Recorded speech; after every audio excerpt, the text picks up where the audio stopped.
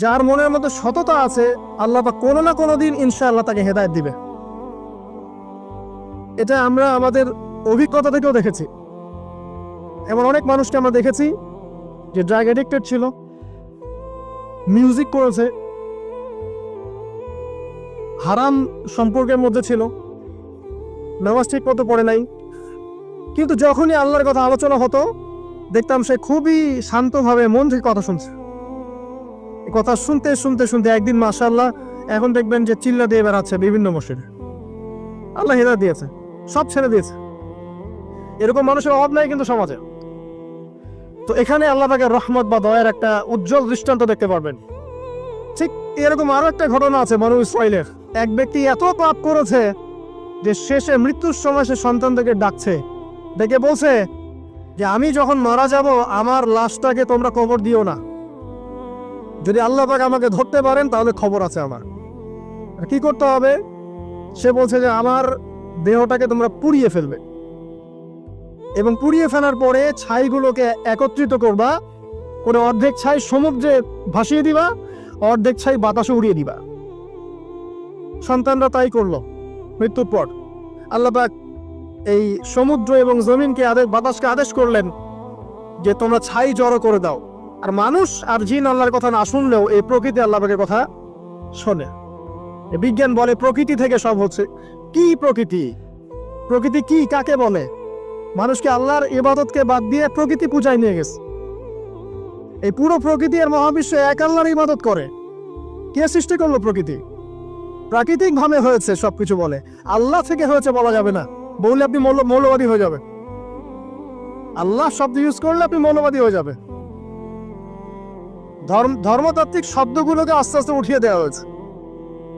দেখবেন যুক্তি, বিজ্ঞান, দার্শনিক শব্দগুলোকে আনা হয়েছে। এটাও টেকনিক্যালি করা হয়েছে। কোন সেকুলার মিডিয়াতে আপনি দেখবেন না ইনশাআল্লাহ বলছে।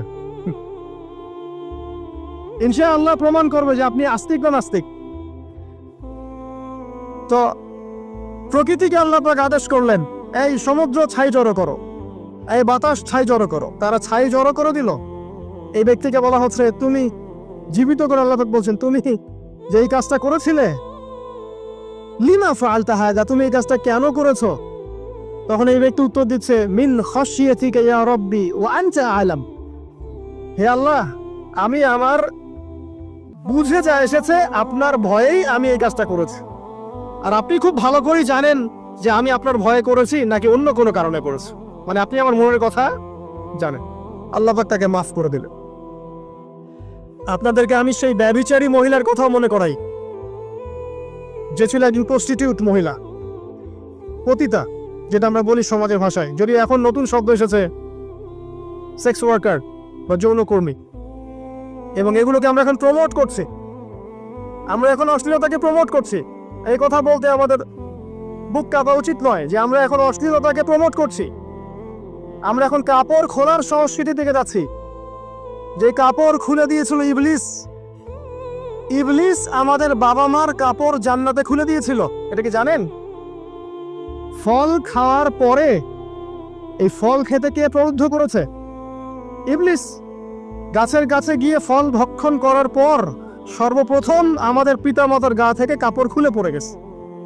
আমাদের পিতামাতাকে মহাবিশ্বে নগ্ন করে দিয়েছে ইবলিস, আর তার অনুসারীরা এই জমিনে আদম সন্তানদেরকে নগ্ন করছে এখন। অতএব এই যে একটা ট্রেন্ড এখন চলছে, দেখবেন হারাম রিলেশনশিপকে মিডিয়ার মধ্য দিয়ে প্রমোট করা হচ্ছে, মনে হয় একটা স্বাভাবিক বিষয়। কোনো বিষয় না এটা, যে কেউ জেনাই করতে পারে। জেনা পর্ন খুব নর্মাল। হালাল ভাবে যদি আপনি বিয়ে শাদী করতে চান তখন সমস্যা হচ্ছে। হালাল ভাবে যদি আপনি বিয়ে করতে চান তখন সমস্যা হচ্ছে। হারাম ভাবে আপনি যা ইচ্ছা তাই করতে পারেন, সমাজে কেউ কিছু বলছে না। এখন বলছে এগুলো স্বাধীনতা। সুবহানাল্লাহ, কোন স্বাধীনতা? স্বাধীনতা বলে কোনো শব্দ নয় মহাবিশ্বে। এই পুরো বিশ্বের সমস্ত মানুষ আল্লাহর অধীনে পরাধীন। এই বিশ্বে যত মানুষ বসবাস করছে এখন, এরা কেউই স্বাধীন নয়। না কেউ স্বাধীন ছিল, না আছে, না থাকবে। সবাই আল্লাহ পাকের দাসত্বের অধীনে পরাধীন। স্বাধীন সেই এই পৃথিবীতে যে ব্যক্তি শয়তানের তাবেদারি করে ও নফসের তাবেদারি করে, ও তো স্বাধীন। যা ইচ্ছা তাই করতে পারে। এই যে অশ্লীলতার প্রমোটিংটা চলছে, এটাকে পারিবারিকভাবে বন্ধ করতে হবে। আল্লাহ পাক আমাদেরকে বোঝার তৌফিক দান করুন।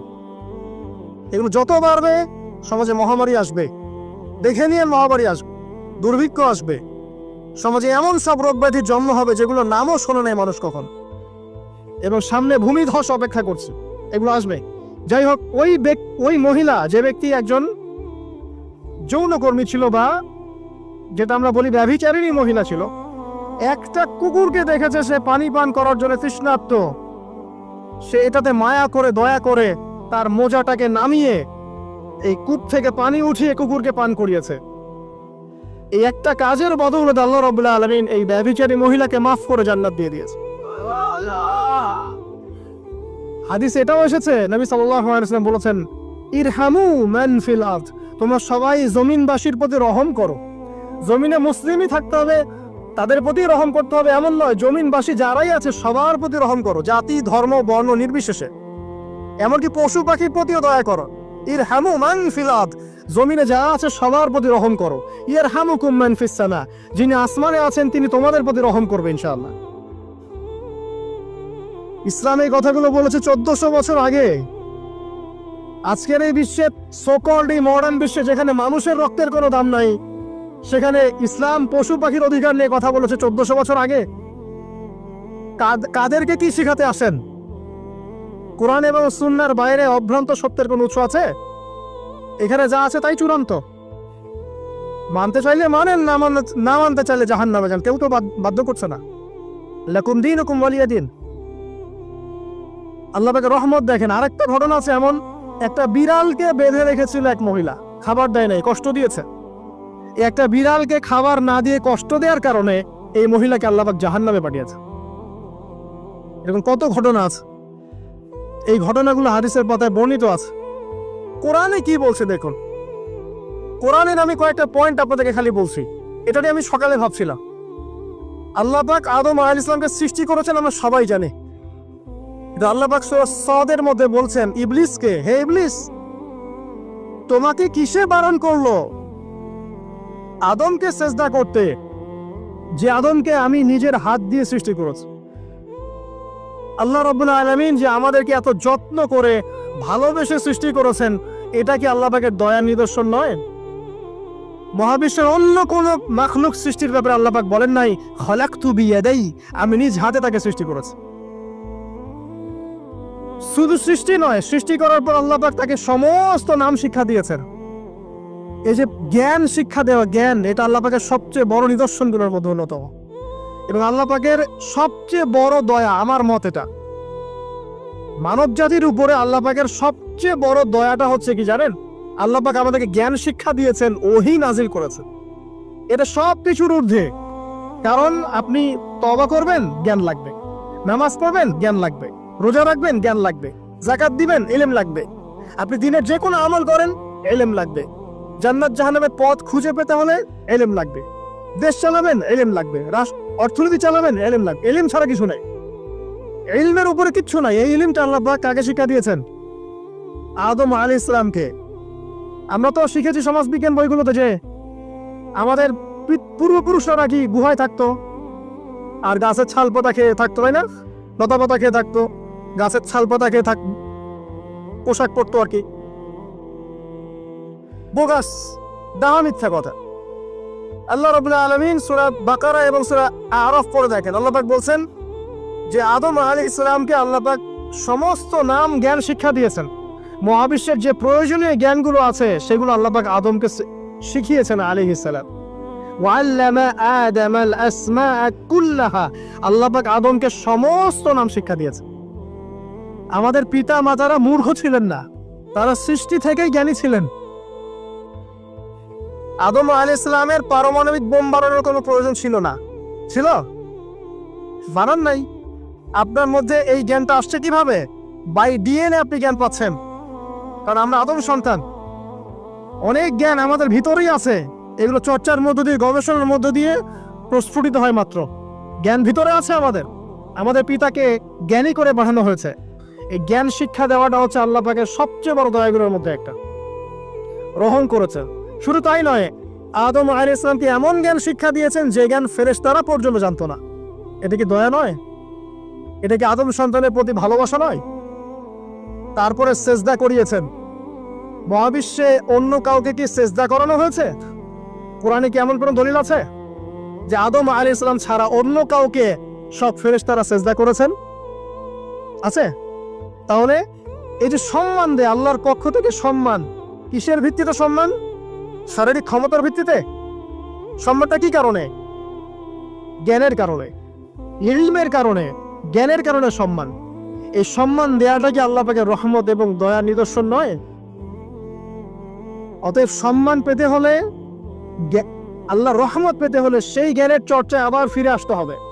আপনি যদি আজও সেই ওহির জ্ঞানের চর্চা করেন, আল্লাহ পাক এই পৃথিবীবাসীর বুকের মধ্যে আপনার জন্য সম্মান পয়দা করে দিবেন ইনশাআল্লাহ। দেখেন, ওই সেই জ্ঞানী যদি আপনি এখনো চর্চা করেন, আজও আপনি সম্মানিত হবেন ইনশাআল্লাহ।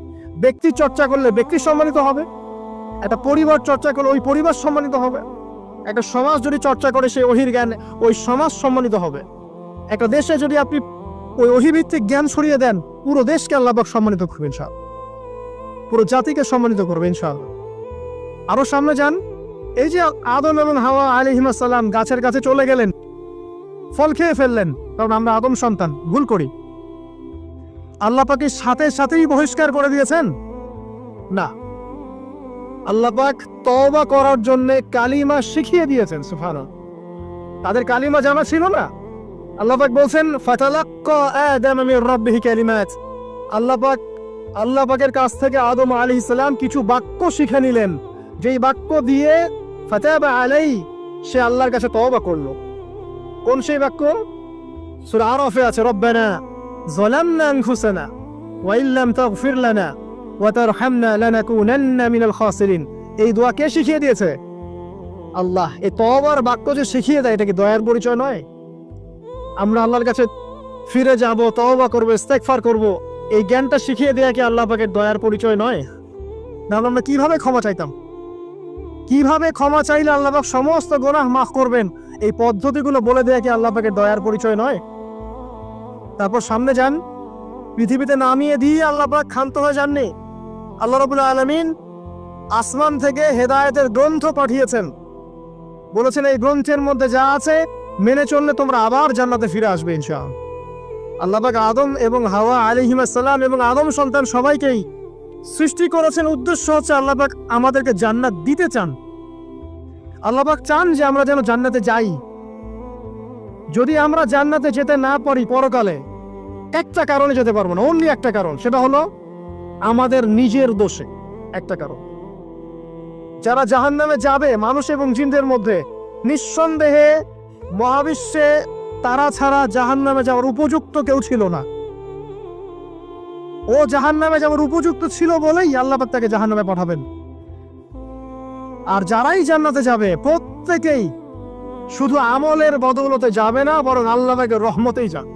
আল্লাহ পাকের রহমত যাদের উপরে বর্ষিত হবে তারাই জান্নাতে যাবে ইনশাআল্লাহ। কে আমল দিয়ে যেতে পারবে না। যত আমলই করি বলা যাবে না এই আমলের বদৌলতে জান্নাতে যেতে পারবো। আল্লাহ পাক দয়া না করলে হবে না। আল্লাহ পাক চান যে আদম সন্তান যেন জান্নাতেই যায়। এই কারণেই সৃষ্টি করা, এই কারণেই আপনার ওহীভিত্তিক গ্রন্থগুলো পাঠানো, এই কারণে নবী রাসূল পাঠানো, আলেম ওলামা সৃষ্টি করা, মানুষকে সতর্ক করা, হায়াত দেয়া, বারংবার জীবনে চলতে ফিরতে আপনাকে এলান করা হয় আল্লাহর পথে ফিরে আসেন, আল্লাহর পথে ফিরে আসেন। এলান করা হয় না? বিপদ দিয়ে আপনাকে এলান করা হয় আল্লাহর পক্ষ থেকে। আপনি চলতে পথে হোঁচট খান, আল্লাহ আপনাকে অ্যালার্ম দেন, ফিরে আসো। চলছেন বিপথে, আল্লাহ পাক অ্যালার্ম দেন, ফিরে আসো। আল্লাহ পাকের পক্ষ থেকে কিন্তু এগুলো আসে। অদ্ভুত একটা হাদিস বললাম, অদ্ভুত বলতে বলছি অ্যামেজিং হাদিস, যে একজন সাহাবী বলছেন, সালমান রাদিয়াল্লাহু আনহু, তিনি বলছেন যে যখন মুমিনের উপর বিপদ আপদ বালা মুসিবত আসে, তখন মুমিনের এই বিপদ আপদ বালা মুসিবত রোগ শোকের বদৌলতে আল্লাহ পাক তার গুনাহগুলোকে মাফ করে দেন এবং তার মর্যাদাকে বাড়িয়ে দেন, এবং সে আল্লাহর দিকে ফিরে আসার অনুশোচনা করার সুযোগ পায়। আর যখন কাফের মুশরিক বা ফাসিক মানুষকে এইসব রোগ ব্যাধি বিপদ আপদ বালা মুসিবত ঘিরে ধরে, তার দৃষ্টান্ত সেই উটের ন্যায় যে উটটাকে তার মালিক বেঁধে রেখেছে, এরপর ছেড়ে দিয়েছে। সে উটটা বুঝতেও পারলো না কেন তার মালিক তাকে বেঁধে রাখলো আর কেনই বা তাকে ছেড়ে দিল। কথাটা কি বুঝতে পারছেন? যারা আল্লাহ দ্রোহী তাদের উপর যখন বিপদ আপদ বালা মুসিবত আসতে থাকে তারা বুঝে না যে কি জন্য আসলো আর কেন চলে গেল। কিন্তু মুমিন ব্যক্তি যারা মুসলিম আল্লাহর অনুগত তাদের বিষয়টা হচ্ছে এমন বিপদ আপদ বালা মুসিবত রোগ ব্যাধি তাদেরকে আল্লাহর দিকে ফিরিয়ে নিয়ে আসবে ইনশাআল্লাহ। দেখুন এই যে পৃথিবীতে নামিয়ে দেয়া, এরপর আল্লাহর পক্ষ থেকে ঐশী গ্রন্থগুলো পাঠানো, নবী রাসূল পাঠানো, আলেম ওলামা পাঠানো, আপনাকে হায়াত দেয়া, আপনাকে রিজিক দেয়া, এই শ্বাস নেওয়ার ক্ষমতা দেয়া, আপনাকে জ্ঞান বুদ্ধি দেয়া, বিবেক দেয়া, যে আমি তার পাশে লাউ গাছ উৎপন্ন করলাম। কোন গাছ? খেতে পারেন এর শাক এবং এই যে ফল, এটার মধ্যে নিঃসন্দেহে এমন এমন কিছু উপাদান আছে যেটা হয়তো আমরা জানিও না, আবিষ্কার করা হয়নি। তিনি সুস্থ হয়ে গেলেন আলহামদুলিল্লাহ। কোথায় যাবেন? যে কোনো জায়গায় যান। নবী ঈসা আলাইহিস সালামকে চতুর্দিক থেকে আক্রমণ করছে ইহুদিরা। আল্লাহ রাব্বুল আলামিন তাকে এমন হেফাজত করলেন, তার কাছে তাকে উঠিয়ে নিলেন। এটা কি দয়ার পরিচয় নয়? এই যে একটু আগে তেলাওয়াত করলো শুরুর আগে নবী মূসা আলাইহিস সালামের ঘটনা। বনু ইসরাইল একটার পর একটা অবাধ্যতা করেই গেছে। আল্লাহ পাক তারপরেও তাদের কাছে নবী পাঠিয়েছেন, নবী মূসাকে পাঠিয়েছেন। ফেরাউনের মতো জালেম শাসকের হাত থেকে বনু ইসরাইলকে আল্লাহ পাক উদ্ধার করেছেন। এটা কি দয়ার পরিচয় নয়? নবী মূসা আলাইহিস সালাম গাছের নিচে বসে আছেন, খাবার নাই, বাসস্থান নাই, কিচ্ছু নাই, বরং তার গায়ে একটা অপবাদ দেওয়া হয়েছে যে তিনি নাকি একজন মানুষকে খুন করেছেন। অথচ তার ইন্টেনশন সেটা ছিল না। তিনি একটা ঘুষি দিয়েছেন লড়াই থামানোর জন্য, ওই এক ঘুষিতেই সেই ব্যক্তি ডেড। এবার তিনি গাছের নিচে বসে দোয়া করছেন, রব্বি ইন্নী লিমা আনজালতা ইলাইয়া মিন খায়রিন ফাকির। আল্লাহ, আমি নিঃস্ব অসহায় হয়ে এখানে বসে আছি, তুমি আমার উপর তোমার যে রহমত পাঠাবে আমি তার ভিখারি হয়ে বসে আছি। দোয়া করার সাথে সাথেই ওই শুআয়ব আলাইহিস সালামের মেয়ে হেঁটে হেঁটে চলে আসলো। তিনি স্ত্রী পেলেন, তিনি শ্বশুর পেলেন, একজন নবী পরিবার পেলেন, বাসস্থান পেলেন, চাকরি পর্যন্ত পেলেন। 8 বছর তিনি রাখালি করেছেন শুআয়ব আলাইহিস সালামের ফার্মের মধ্যে। দয়া মুহূর্তেই চলে আসবে, শুধু আল্লাহর দিকে অভিমুখী হলেই হয়। এবার দয়া। আইয়ুব আলাইহিস সালামের কথা মনে আছে না? দীর্ঘদিন রোগে ভুগছেন, চিকিৎসা হচ্ছে না, ভালো হচ্ছে না, শেফা হচ্ছে না। এখানে যারা আধ্যাত্মিকত্ব নিয়ে পড়াশোনা করেন, লেখালেখি করেন, তারা বলেছেন তাদের কিছু কিতাবের মধ্যে, রোগটা যখন এমন একটা পর্যায়ে চলে আসলো যে তিনি জিহ্বাটা নড়াতে পারছেন না, কারণ তিনি আল্লাহ পাকের জিকির করতে প্রচন্ড ভালোবাসতেন। এক পর্যায়ে রোগটা এমন একটা জায়গায় চলে আসলো যে জিহ্বাটা তিনি নড়াতে কষ্ট হচ্ছে। তখন গিয়ে তিনি বলছেন, রব্বি আন্নী মাসসানি আদ-দুররু ওয়া আনতা আরহামুর রাহিমিন। হে আল্লাহ, আমাকে কষ্ট স্পর্শ করেছে, আর তুমি তো ক্ষমাকারী, রহমকারীদের মধ্যে সর্বশ্রেষ্ঠ রহমকারী। আমি জিকির করতে পর্যন্ত পারছি না, আল্লাহ আমার রোগটা শেফা দিয়ে দাও। বলার সাথে সাথে আল্লাহ রাব্বুল আলামিন প্রস্রবণ ঝর্ণা তৈরি করলেন, এখানে গোসল করো, শেফা হয়ে গেল। এগুলো কি রহমতের পরিচয় নয়? এখানে এক্সরে স্কলার এমনও বলেছেন, আজকে আমরা যারা বাহ্যিক সৌন্দর্য নিয়ে বেশি গর্ব করি আর কি, আত্মিক সৌন্দর্যের চাইতে বাহ্যিক সৌন্দর্য নিয়ে যারা বেশি গর্ব করি, যদি আল্লাহ পাক আমাদের পোশাকটাকে পরিবর্তন করে দেন, আত্মাটাকে দেহের পোশাক দেন আর দেহটাকে আত্মার পোশাক বানায় দেন, তাহলে দুর্গন্ধে কি আমাদের সামনে আসতে যাবে না। কথা মনে বুঝতে পারছেন না? আইয়ুব আলাইহিস সালামের আত্মাটা ছিল পবিত্র, পরিশুদ্ধ, তার দেহের মধ্যে রোগ হয়েছিল। আর এই পুরো বিশ্বের ম্যাক্সিমাম লোকের মানুষের রোগ এখন আত্মায়, দেহে নয়। আবার বলছি, হয়তো বুঝতে পারছেন না। আইয়ুব আলাইহিস সালামের রোগটা হয়েছিল দেহে, বাইরে। তার আত্মা ছিল পবিত্র, পরিশুদ্ধ আত্মা। দেহের রোগের একটা পর্যায়ে যখন জিহ্বাটায় ইফেক্ট হলো, তখন জিকির করতে তার কষ্ট হচ্ছে, তখন তিনি দোয়া করছেন, আল্লাহ আমার এই রোগটাকে শেফা দিয়ে দাও। আর এখনকার পুরো জেনারেশন, এই সভ্যতার রোগ হচ্ছে ভিতরে, আত্মায়। দেহের রোগের চাইতে এদের আত্মার রোগটা বেশি। এখন এই আত্মাটাকে যদি দেহ বানিয়ে দেওয়া হয় আর দেহটাকে আত্মার পোশাক পরিয়ে দেওয়া হয়, দুর্গন্ধে কেউ সামনে আসতে চাবে না এখন। তাই আইয়ুব আলাইহিস সালামের সেই দোয়া এখন আমাদের বেশি করা উচিত। রব্বি আন্নী মাসসানি আদ-দুররু ওয়া আনতা আরহামুর রাহিমিন। আল্লাহ, আমাদের আত্মায় রোগ এসেছে, এটাকে তুমি শেফা দাও। দেহের রোগ লেস ইম্পর্টেন্ট, আত্মার রোগটা বেশি ইম্পর্টেন্ট। এরকম নিদর্শন কোরআনের পাতায় পাতায় ছড়িয়ে আছে। আসহাবুল কাহফ, পুরো সমাজ ওদেরকে মেনে নিচ্ছে না, গুহায় চলে গেলেন, ঘুম পাড়িয়ে দিলেন আল্লাহ পাক। 309 বছর, কত বছর? 309 বছর একটা দোয়ার বদৌলতে তারা বলেছিল রব্বানা আতিনা মিন লাদুনকা রাহমা ওয়া হাইয়্যি লানা মিন আমরিনা রাশাদা। আল্লাহ পাক শুধু ঘুম পাড়িয়ে রাখলেন না, তাদের মধ্য দিয়ে আল্লাহ পাক পুরো একটা সভ্যতাকে হেদায়েত করে দিলেন। আলহামদুলিল্লাহ। যে সভ্যতা বিশ্বাস করতো না যে পরকাল বলে কিছু আছে, দাকিয়ানুস বাদশার সেই জুলুম থেকে আল্লাহ পাক এই 10 জন বা 9 জন যুবককে বাঁচালেন, ওদেরকে কিয়ামত পর্যন্ত কোরআনের পাতায় স্থান দিলেন, নিদর্শন বানালেন এবং তাদের মধ্য দিয়ে একটা পুরো সভ্যতাকে হেদায়েত দিলেন। সুবহানাল্লাহ। যেখানে যাবেন এই নিদর্শন। আর কার কথা বলবো? যুলকারনাইন, মনে আছে? কোন সূরা আছে যুলকারনাইনের কথা? সূরা কাহফ। আল্লাহ পাক তাকে এমন রহমত করেছিলেন যে মাশরিক মাগরিব মানে পূর্ব পশ্চিম পর্যন্ত তাকে রাজত্ব দিয়ে দিয়েছে। আজকে তো আমরা এই সামান্য একটু ক্ষমতা পেলেই আমাদের কেউ চেনে না, গায়ে হাতই দেওয়া যায় না, ঠিক আছে? মানে তখন সে নিজেকে মনে করে যে সে এই পৃথিবীর সবকিছু, বাকি মানুষ আর মানুষ না। ক্ষণস্থায়ী সামান্য একটু ক্ষমতা দিয়ে দেখবেন আমাদের অবস্থা খারাপ। প্রত্যেকের ধর্মতাত্ত্বিক ক্ষেত্রেও যদি কাউকে আপনি একটু ক্ষমতা ধর আলেম মনে করেন, দেখবেন অহংকারে বাঁচতেছে না। কারো একটু পপুলারিটি হয়ে গেছে, দেখবেন অহংকারে বাঁচতেছে না। আইওয়াস শোডাউনের জামানত এটা, যে যত পারে মানুষকে দেখাতে পারলে বাঁচে। কাজ হবে 5%, 95% হচ্ছে আইওয়াস। যে কোনো জায়গায়, ধর্মতাত্ত্বিক জায়গা বলেন, social, economical, political, world affairs, কাউকে যদি আল্লাহ পাক জাররা পরিমাণ একটু ক্ষমতা দিয়ে দিয়েছেন, বাস তাকে আর চেনা যায় না। যুলকারনাইনকে আল্লাহ পাক আলাইহিস সালাম মাশরিক মাগরিবের ক্ষমতা দিয়েছে। এত দাপট ছিল তার, যেদিকে সেনাবাহিনী নিয়ে যেতেন সেদিকে বিজয় করতে পারতেন। পড়ে দেখেন। আর এই ব্যক্তি কিন্তু আলেকজান্ডার দ্য গ্রেট নয়। পশ্চিমারা এখানে আবার একটা ষড়যন্ত্র করেছে। তারা বলে এই ব্যক্তি ছিল আলেকজান্ডার দ্য গ্রেট। এটা ভুয়া কথা। তিনি একজন আল্লাহ পাকের বড় ওলি ছিলেন অথবা নবী ছিলেন। কি ছিলেন আল্লাহ পাক এটা কোরআনে বলেননি, স্পষ্ট করেন নাই। তা আমরা ধরে নিচ্ছি আল্লাহ পাকের তিনি একজন শুকরগুজার বান্দা ছিলেন। তাকে একটা কওম বলছে যারা পাহাড়ের মাঝখানে থাকতো, ইয়া যুলকারনাইন, হে যুলকারনাইন, ইন্না ইয়াজুজ ওয়া মায়াজুজ মুফসিদুনা ফিল আরদ। ইয়াজুজ আর মায়াজুজের সভ্যতা জমিনে ফাসাদ সৃষ্টি করছে। ফাহাল নাজআলু লাকা খারাজান আলা আন তাজআলা বাইনানা ওয়া বাইনাহুম সাদ্দা।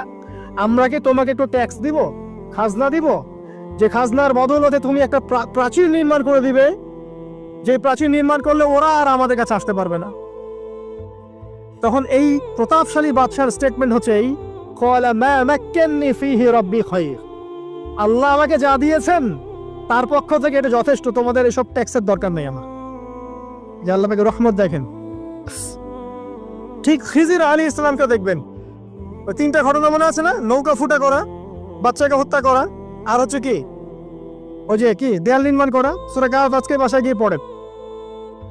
তাকে আল্লাহ পাক ভবিষ্যতের জ্ঞান দেখাচ্ছেন, ভবিষ্যতে কি হবে, যে জ্ঞানটা মূসা আলাইহিস সালামকে আল্লাহ পাক দেখাচ্ছেন না। মূসা আলাইহিস সালাম বলছেন কেন নৌকা ফুটা করলেন, কেন বাচ্চাকে হত্যা করলেন, কেন এই প্রাচীর নির্মাণ করলেন। আর খিজির আলাইহিস সালাম বলছেন যে জ্ঞান আল্লাহ তোমাকে দেন নাই তা আল্লাহ পাক আমাকে দিয়েছেন। আমি এই কারণে নৌকা ফুটা করছি, কারণ নৌকা ফুটা না করলে ভবিষ্যতে এই নৌকাটা সিজ করা হবে, ছিনতাই করা হবে। বাচ্চাটাকে হত্যা করেছে এই কারণে, এই বাচ্চা বড় হলে বড় কাফের হতো। দেয়াল নির্মাণ করেছে এই কারণে, এই দেয়ালের নিচে এই বাচ্চাদের এতিম 2 বাচ্চার গুপ্তধন রাখা আছে, ওর বাবা মা রেখেছে। এটা তুমি জানো না, আমি জানি। এটা জানার পরে তিনি অহংকার করছেন না, তিনি বলছেন রাহমাতাম মির রাব্বি, এই জিনিসটা আমার রবের রহমত, আমার প্রতি দয়া। 2 শ্রেণীর মানুষ আপনি পাবেন। এক, যারা তাদের স্ট্যাটাস, প্রতিপত্তি, জ্ঞান এসবের অহংকার প্রদর্শন করবে। আর এক শ্রেণী যারা এগুলো আছে, যাদের এগুলো আছে, বাট তারা বলবে এগুলো হাযা মিন ফাদলি রাব্বি, এগুলো আমার রবের রহমত। এখানে সফল 2য় শ্রেণীর মানুষ, 1ম শ্রেণীর নয়।